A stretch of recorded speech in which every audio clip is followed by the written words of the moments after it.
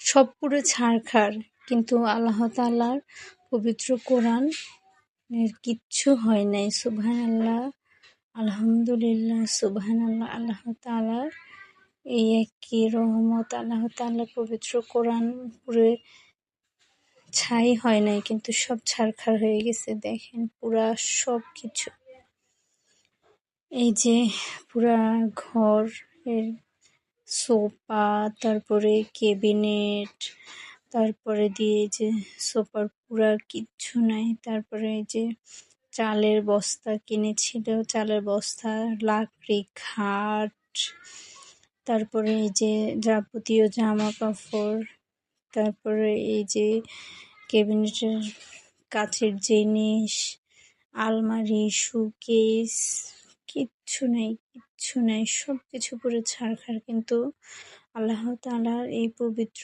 কোরআনের অক্ষর এখনো অক্ষত।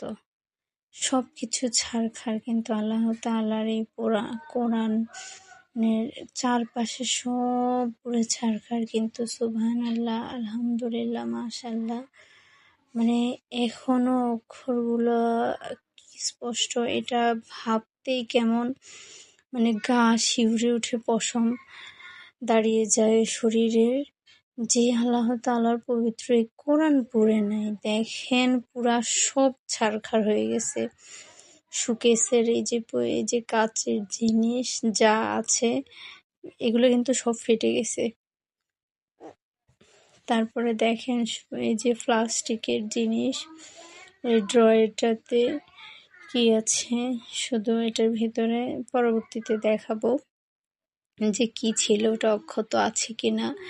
এই যে দেখেন খাট পুরা পুড়ে ছারখার, কিচ্ছু নাই, কিচ্ছু নাই। এই যে আরেক রুমের চালের বস্তা 2টা এনেছিল কালকে রাতে, মানে পুড়ে যাওয়ার আগের দিন। এইগুলা পুড়ে ছারখার, উপরে লাকড়ি ছিল, সেগুলাও পুড়ে সব ছারখার হয়ে গেছে। এই যে টেবিল, এই রুমটাতে আগুন তেমন একটা আসে নাই, আসার আগ মুহূর্তে সব কিছু মানে বুঝতে পারার পরে ওই যে পাখা দেখেছেন, পাখা সব কেমন হয়ে গেছে। আল্লাহ তাআলা আলহামদুলিল্লাহ সবাইকে সুস্থ রেখেছেন, সবাইকে সরিয়েছিলেন ওনারা। মানে আল্লাহ তাআলার কি নিয়ামত, আল্লাহ তাআলার কাছে লক্ষ কোটি সেবার শুকরিয়া আদায় করি। যাদের বাসা এভাবে ঘর পুড়ে